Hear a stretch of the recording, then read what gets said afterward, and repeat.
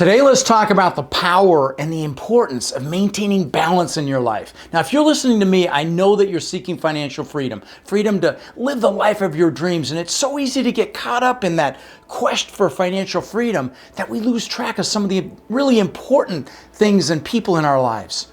I know my greatest regret in life relates to my kids. I'd come home to my children almost every day, and I'd play with them. But mentally, I'd be thinking about my work and building my business. So I was distracted and I wasn't present. And I missed out on so much incredible quality time and magic moments that I could have had with them when they were young. It's still my greatest regret to this day. Now, I don't believe someone can be truly successful if they don't have a happy balance between their mission in life, what some people call work, and their family and their friends and their health. Balance requires awareness because so very often we're not even aware that we're out of balance.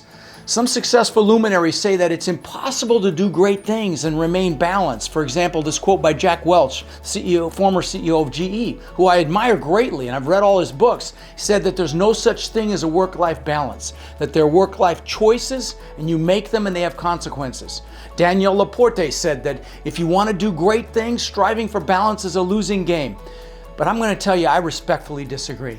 I personally believe that even when I was in go-go mode, building, my business model, I could have maintained balance with my children and with my family and with what mattered. And I believe balance is the key to happiness, and that happiness is the key to life. Rumi said life is a balance of holding on and letting go. Now, it's very often that we're in a push-pull relationship with ourselves. We need to find a balance between those things that we want and the things in our heart. Balance is living with gratitude and compassion and optimism and hope.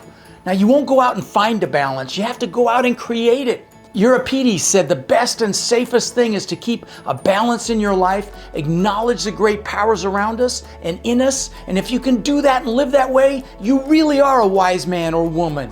Now, if you find yourself regularly telling your family or your friends that you're too busy to get with them because you have work to do, then you're likely out of balance. And I must tell you, even while I'm saying this to you, it feels like a do as I say, not as I do conversation, because I actually feel out of balance right now. I'm working very, very hard trying to add as much value as I possibly can, and I'm truly really loving and enjoying what I'm doing, but I'm not taking enough time for myself, my beautiful bride.